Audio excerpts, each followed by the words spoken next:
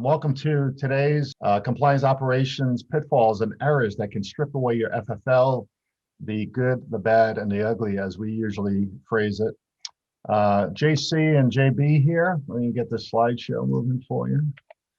All right, so if you probably heard it before, but we co-founders at FFL Consultants. JC and I have managed over 500 FFLs in our careers, big box retailer selling guns. We've been there, done that on just about everything, guns, from importing and licensing to accidental shootings, guns used in very serious crimes that we sold, and we've been deposed, and we've learned a lot over the years. So our specialty program right now is focused on supporting the National Shooting Sports Foundation members. That's where we spend a lot of our time. We've been working with the NSSF, and if you don't know who they are the Firearms Industry Trade Association. Proud owners and managers of SHOT Show. If you've been to SHOT Show, you know it's a great experience every year. Hopefully we're back in Vegas next year for that. We spend a lot of time in front of FFLs across the country, teaching and training with the ATF. When we get FFLs together, we do regional training sessions. We've got our YouTube channel at FFL Consultants and our website. We'll tell you more about that stuff later. JC, did I miss anything on our intro? No, I think that about covers it. So what are we doing today? Topics for today is very specific. We're going to talk about the inspection process. That's what we spend the majority of the time doing. Even when we're on site with FFLs, I say 200 to 250 a year we do. We are taking calls all day long, answering questions about compliance, applications, licensing. And IOI just showed up. What should I expect from my visit? I have a trace that I can't find a gun. I mean, if it happens, we answer it. So we'll take you through the ATF inspection process. Again, the good, bad, the ugly. And then we'll focus on protecting your firearms license at the end. We got some more stories, things you won't believe when we tell you. So again, we educate, and we're not attorneys. There's our disclaimer, but we do educate based on professional knowledge, experience, and training. And hopefully you enjoy the session. Inspections, when should they occur? When should they occur? When do they typically occur? First and foremost, they are conducted by what's called an IOI, or Industry Operations Investigator. Typically, you're going to get your first inspection, believe it or not, during your for your initial interview and inspection and approval of your FFL. That is actually your first inspection. They come in, they do training, etc., and we'll get into that process in a little bit here. But that is actually your first inspection. Those will happen. If you have your FFL and that FFL initial interview was conducted virtually, the ATF actually has 1 year by regulation that they actually have to come out and perform an on-site with you. So just be aware of that. The random is max 1 per year. So a random inspection can occur at a maximum of once per year. And it is 12 months. It has to be 365 days by regulation. And per statute, an inspection should occur once every 3 years. And there are a number of variables there, which we will certainly get into. Now, JC, you say once every 3 years, but as you know, we've had FFLs that haven't been inspected in maybe going on 10 years. Absolutely. Yeah. Look, there's only a limited number of folks in the ATF. And when you actually break down the averages, the average IOI, Industry Operations Investigator, gets tagged with about 20 inspections a year. And then, you throw into the mix all of the other things that they have to do. And we'll get into some of the other things they participate in. But, when it really comes down to it, on average, they hit about 20 FFLs a year. And there's roughly, we kind of average it out to probably 30 to 40,000 FFLs that are operating out of the storefront. So they're looking at those the most. All right. Inspection, when can they also occur? Well, we already talked about the random inspection, and it's purely random. You just come up for an inspection. And it's, there's nothing wrong. It's just they haven't been there in a while. They want to check up on things, make sure everything is being done properly. Other times that inspections can occur is anytime you have an excessive amount of denials. So denied transactions through NICS or your point of contact state. What that tells the ATF generally is that you could be being targeted by individuals that are not permitted to have a firearm, that are prohibited persons. So they want to get in and they want to make sure that everything's good to go. You all are doing everything you're supposed to be doing as FFLs. And also just to verify that there wasn't an oops and a denied transaction got through. So the other is excessive trace requests. That's time to crime. That means that firearm at one point in its life cycle passed through your doors, entered your inventory, and was disposed of to an individual, and that firearm potentially used in a crime. So if they see excessive trace requests, they're going to want to know why so many firearms are ending up in criminals' hands or a part of a criminal act, and they're coming from you as a source. So, and then, this past year is quite the anomaly, but overall quantity of NICS checks, that just tells the ATF essentially that you've processed a lot of gun transactions. And it doesn't necessarily send up a red flag. It just says, wow, these guys are processing a lot of guns. Let's get in there and check everything, make sure everything's good to go. So that is definitely another. There are opportunities as far as the suspicious activity, if a culmination or a combination of various things, such as the trace requests, the denials, the NICS, overall NICS checks, and things like that. And then you have your warning re-inspections. So if you're on a warning letter or any adverse action from the ATF, even a time to crime report where you actually have to report your firearm dispositions on a quarterly basis, you will be susceptible to an inspection every 12 months. And all of these, it's a trailing 12 months. So, and then last but not least, one thing we want to touch on, and it's something that we hear quite often, is, well, I just had an inspection because I had a burglary and they stole guns. That is not an inspection. The ATF has set a standard for themselves that they will respond to every burglary, and they will come in and help you document, submit all your appropriate paperwork for your theft loss report, as well as conduct a full inventory to make sure everything's accounted for. So it's really more of a support mechanism, and it is not considered an inspection. So just be aware of that. Yeah. JC, what does straw purchase say? Like, would that be under suspicious activity?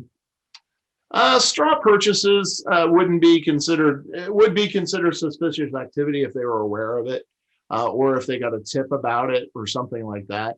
But generally speaking, they would have no way of knowing other than the number of denials.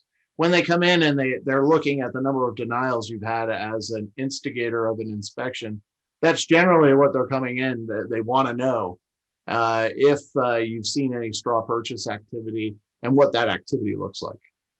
Yeah, my point being, but you can actually, if you're not really good with preventing straw purchases as a gun dealer, that information very quickly will make its way to the streets. Oh, absolutely. Communicated through gangs. There's informants that can absolutely, so obviously we don't want straw purchases. We want to prevent them, and there's lots of tools to do that. But that can actually drive or initiate an investigation or an inspection and have the ATF show up one day at your front door, right? Okay. Absolutely.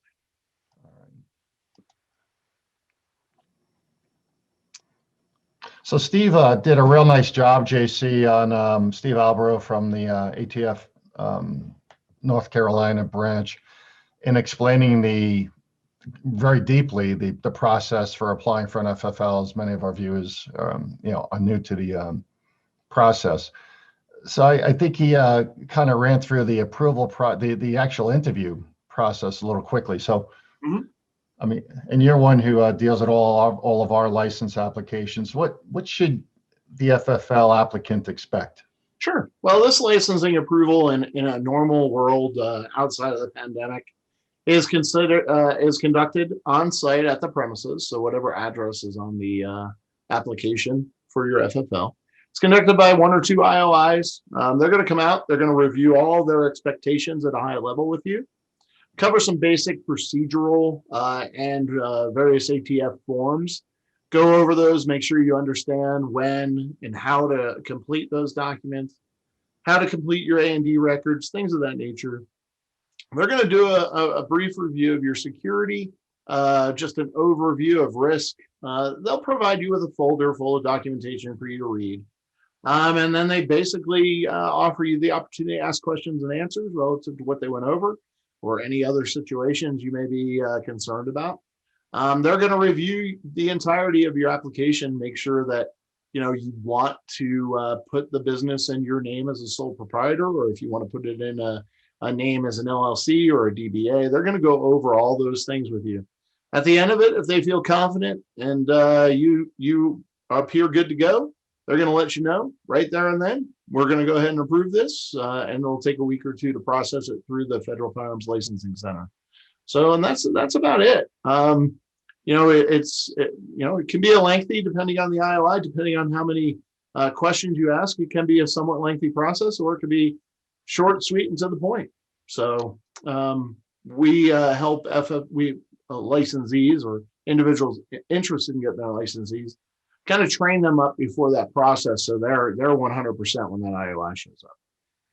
Yeah, and we deal with a variety of clients, through the NSSF and ourselves, but it's just interesting. Steve went over this morning and mentioned that this process can take up to 4 hours. Yeah. And in my book, that's not long enough based on what we typically see when we get called out for, here's why FFL Consultants was born, is there was many non-NSSF FFLs out there, people who didn't belong to the trade association, didn't want to go to SHOT Show, and they needed a new resource. And we were getting all these calls to help folks who didn't understand why they had a bad inspection, or they had a long report of violations, which we'll talk about in a little while. And they didn't realize how they could be so bad. And they were worried about losing a license. They were getting maybe a warning letter or even worse. But what we're finding through this license approval process or interviews, that every office, every regional directive industry operations kind of laid out differently, especially now with the virtual approvals. You're supposed to have, people are applying for an FFL today. By law and statute, the ATF is supposed to issue those within 60 days. And the ATF inspector is not really showing up to do this whole process that looks to be very complete and informative. And JC, I think you just said, so they should be back within a year to actually complete this process. Yep. But you're selling guns. You're selling guns, as soon as that license hits your door, you get all excited, and you're also a firearms dealer, and you're expected to do everything right. Which takes me to the final point, which we're not going to go over today, but Steve mentioned this morning, was the Firearms Federal Regulations Guidebook. They call it the White Book. It's actually not a book anymore. It's a PDF document that's available from the ATF as a downloadable document. That's 263 pages. Yep. So the bottom line is that's the expectation that you will, as an FFL, an approved FFL licensee, obtain the book, print the book, read the book, understand the book. Hence the support, just putting you out there, the support not only from your ATF agents, your local office, your IOIs, have to be your number one resource when it comes to understanding what they expect you to do, because they are the regulatory branch of the federal government for what you do. You are licensed, as I tell every dealer, you are licensed by them to do what you do. It's a privilege, and you have to manage that and protect it. So, don't listen to the controversy you might see in chat rooms and different FFL related social media sites that are anti-ATF. It's got to be just the opposite to make this successful for you. And that's where we sit. We sit to support the ATF guidelines. So I know we didn't cover that elsewhere in the slide, John. I just want to reiterate that because sure. Steve did talk about it this morning. I thought it was a good point. So, all right. So John, I'll let you go next on this one. Sure. So what's inspected? So the first thing they're going to do, and it really depends on the amount of your inventory, you're going to get a phone call. You're going to get a heads up. when you fill out your application, you're going to put in the hours of operations for your business. You don't need to be open 7 days a week. You don't need to be open 24 hours a day. You can do, we have a lot of FFLs that are only open Tuesday through Saturday. We have a lot of ranges that are open 7 days, some aren't. It just depends on your business. So make sure that you're notating that accurately. And that is when the ATF will come and inspect you. You do have to put down your hours of operation. You have to be in operation. So you can't just be to be determined or anything like that. You actually have to have hours. So the first thing that'll happen is that IOI will call you and say, hey, listen, I'm going to be in the market. I want to conduct an inspection, etc. They are going to show up on that day, whether it's by themselves, and it all really depends on the volume of firearms you have and 4473s for inspection. But if you don't have an inordinate amount of guns, they may just send one investigator. If you have a large supply of firearms, they may send in a team to help, etc. But they're going to look back at the last year. They're going to look at your 4473s. They're going to look at your denials, all your 3310s, depending on where you're at, as well as your bound book. And the first thing they're going to do is conduct an inventory. And they're going to go gun to book and then book to gun. So the next thing that they're going to do is they're going to look through your 4473s, and they are actually going to have a list of all of the NTN, that's the NICS transaction numbers, that you've issued, or your point of contact state transaction numbers. And they're going to match up every one of those numbers to a 4473. And we'll talk about how you can basically mitigate any risk associated with that a little later. But they're going to look at all your denieds. So any denied transactions, by regulation, you need to maintain those for 5 years. They're going to look at all your denieds, and then they're going to take those denieds and they're going to match them up against your bound book and verify that that firearm was not potentially part of a straw purchase. So, and they're going to cross-reference all the information to make sure everything is accurately recorded as far as paperwork, and that no preceded info basically was missed. So they're going to make sure that every firearm that left or was transacted in your business was done accurately and completely. Yep. Yes, JC, a few points. So, this is not a one-day event. So No. Let me start there. That I want to say that poor IOI pictured here on the slide. Looking at the stack of 4473s, firearm transfer records that he's actually looking through, it looks like he'll be there a while. We've been on site. We're not often on site with the ATF investigators doing their audit, but sometimes we get called in. Sometimes you get called by the FFL to come in and assist and observe because it may not be going well. So we'll jump on a plane or drive to wherever we need to get to. And our job really is to absorb what is being audited and said, and especially at the end of the visit, the end of the inspection, is to be present for the report of violations or the discussion, the closing conference, they call it, to find out how the audit went. It's a very preliminary, it's just a real high level 30,000 foot view of the investigator's experience while on site conducting your random inspection. But it's a good insight into what's ahead. If it went well, that's great. But if it didn't go so well, we'll be hearing, what type of training opportunities there are, corrective action opportunities.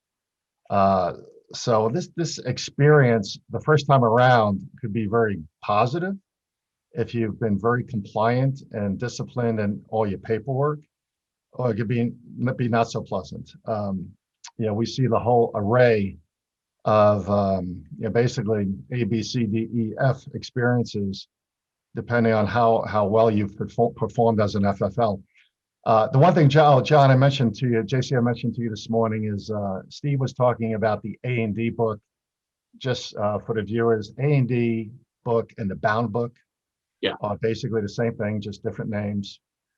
Depending on what vendors you use, they might still be marketed as the bound book, because it literally was a bound book because they never wanted those pages to disappear. They wanted those pages to be available and referenceable for 20 years of the life of the firearm during a trace experience. And then the A&D book, acquisition and disposition terminology, really came around with the new software that's being developed by many providers out there. There's a long list of them. We deal with all of them. We can make recommendations on, who we recommend based on the number of transactions you expect, or the software, or the expense you're looking at. So, use us for that as well in the future. But it's all the same, whether it be the electronic software or the paper manual, the bound book that people are still using, the log pages. It's all the same information. Steve did a nice job going through that this morning, so we won't spend any time on that. One of the bullet points here JC mentioned was no proceeded info. Well, that's relevant to the ATF when they do arrive at your location. By law, the FBI is not allowed to retain information on proceeded transfers after, I think it's 48 hours. I think that gets purged. So just so you know, you can never go back to the FBI and ask for that information. It's critically important that you maintain those NTN numbers on your 4473s. You are the custodian of that paperwork for the life of your license. And then those records get surrendered. So it all disappears, and it's critically necessary for the trace process to take place correctly when that is necessary. And that's a whole nother webinar for you. But just wanted to make some clarifications on this slide, John, before you proceeded here. Okay. Any questions where, you guys feel free to, again, use that Q&A box to submit any questions you have on anything we're talking about as we proceed. So like I said, all firearms will be inspected, and they're actually going to physically look at the actual firearm, and they are going to compare that firearm to the book.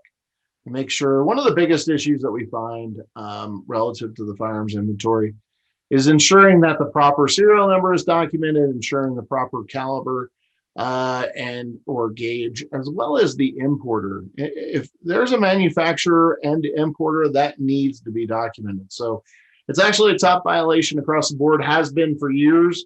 We're working diligently to get FFLs to document that information. That information goes on both the A&D or bound book as well as on the 4473. So make sure you're doing that. It's a big one. It's a big miss. It's common, and we don't like to see it. Keep in mind that information that you're recording is evidence.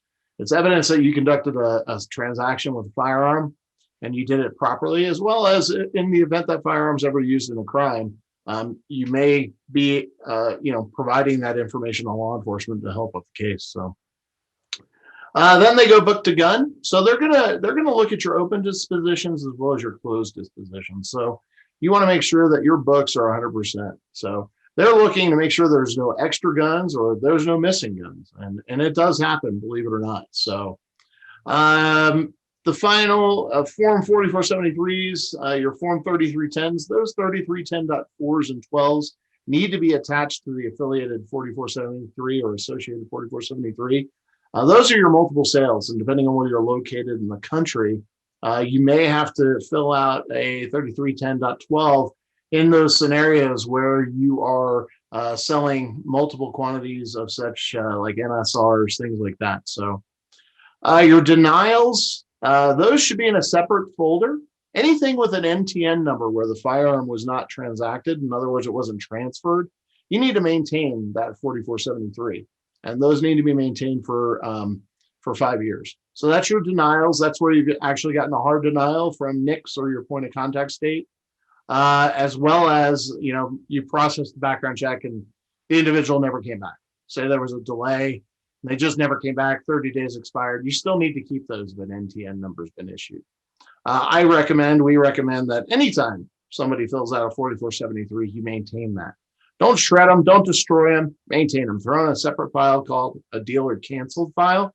And then, rarely will the ATF inspect those, but you need to hold on to those. You never know what law enforcement agency may be sitting out in the parking lot watching somebody that is prohibited try to enter your store and buy a gun, and they'll walk in, and we've had it happen. They'll walk in and say, hey, what was that guy doing here? And they'll ask for the paperwork. So employee interactions, internal controls and operations, they're going to be monitoring how your employees interact with them, how you interact with them. they're looking for that feel good feeling that you know what you're doing, you've got your stuff pulled together, you're operating properly, etc. So just be aware of that. And then at the completion of it, you're going to get a closing conference. It's going to occur with a responsible person. You can certainly have your general manager or whoever may not be a responsible person join you for that closing conference. And they're going to go over your violations. That's what happens in that closing conference. And it gives you a good feeling of where you stand as far as compliance is concerned. JB, what else do we got? What am I missing? Yeah, no, well, this is important. The acquisition, we're hearing a lot of this software A&D being used, but ATF's done a really nice job putting out the requirements for using electronic record keeping software. And we had a call a couple weeks ago where the ATF did show up for an inspection, and no one knew how to print out the audit report or the inspector's report, depending on the software that you might be using for this. And the ATF inspector, like JC just stated, will show up according to your business hours recorded on your license. And they expect that the responsible person is going to be available to support them through the inspection. Some people call it an audit, basically the same. And that someone's going to have the right answers and provide the records required for that inspection to take place at will. And that was a real dilemma for a couple of hours trying to get this report printed in a format that is required by the ATF. So just a heads up on that. And no one knew how to print just the current year that the ATF inspector requested. So they wound up printing over 600 pages of paper because they had the electronic software in place for about 3 years now. Let's just say it wasn't a great morning for anyone at that FFL location. So understanding the requirements for electronic record keeping, what the ATF expects, and how you need to, and I'm talking just about the inspection, but there's so much more to go with the electronic record keeping, the storage, the requirements, the cloud servers. I mean, there's all types of things. So if you have any questions, give us a ring, but it certainly saves time. We love electronic software to do what can eliminate errors by way of human errors. Otherwise, it works on the 4473 very well. There's electronic 4473 software packages as well. But when it comes to the A&D, heed my warning. Make sure someone knows how to manage and work the reporting in the software to support the ATF requests. Right. I mean, you only give them the information that's required. A lot of people will print out this massive report that has, the action, notes, and all kinds of stuff. Just give them the information that they require. The basics of a bound book. That's what you want to provide. And I always have my FFLs that I work with personally, break them out. So here's your rifles, here's your shotguns, here's your handguns, here's what's on the range, here's what's in the gunsmith. So that way, when they know that, okay, on all these papers, these are all handguns. So let me run through the handguns real quick. Just makes life easier on the ATF. So we've got our first question, actually. What to do about a firearm without a serial number? Well, the first thing you're going to want to do is evaluate that firearm. And I mean, if it's old, then, chances are it may not have a serial number, but definitely inspect. I just had this. I was just down in Birmingham, Alabama, actually. A firearms dealer down there had quite a few older firearms in there. Single shot, 12 gauge 410s, a couple of old rifles, and they did not have serial numbers on them. So, but there were a couple that were actually serialized, and the serial number, I actually had to physically take apart the firearm to get to the serial number. So what you want to do is just evaluate that firearm, the firearm's age, and based on that, make a determination. Okay, this firearm is not like if it's a new Springfield or a new Glock or something, that's definitely going to have a serial number. Your older firearms may not. So what you want to do in those situations is just notate no visible serial number or no serial number, NSN, in your bound books. And the same holds true with your 4473. When you sell that firearm, you're going to notate the same information. And JC, the answer expands right over to manufacturer and/or importer. Am I correct? Mm-hmm. Absolutely. So in those situations, if you're the manufacturer of a firearm, You can reuse a serial number as long as it's unique. So what you want to make sure of is, number one, if you're a manufacturer and you're doing anything to enhance that firearm, and we'll get into a little bit of manufacturing a little later, but you want to make sure that you're applying the proper serial numbers or utilizing a serial number that's unique. The same holds true for manufacturers and importers on older firearms as well. You may not have a manufacturer or importer information visible on that firearm, and in those cases, you just state manufacturer unknown or importer unknown, and that's okay. Just make sure you're documenting that information. Yeah, and it's the ATF put out I think it was an open letter or ruling that said if as an open letter, I think the advice is if there's nothing visible when it comes to a model manufacturer, but if you know what the model of manufacturer is, who it was, with certainty, you're not obligated to go look up that information on the internet or in other reference Bibles or manuals for firearms. But if you know it, you can list it, but with some certainty. So just because it's not listed doesn't mean you do not enter that information into the bound book or your 4473, because again, later, that information will be important during a trace, if there's a trace ever completed on that firearm. So. And if there is information on the firearm, you can document whatever is on the firearm. Maybe it's not a manufacturer or serial number or whatnot, but there's certain information on there. You can utilize that information to describe the firearm. So that's important as well. Yeah. And I think we'll talk more about closing conferences and the report of violations in a few minutes. So, but that's your basic inspection process.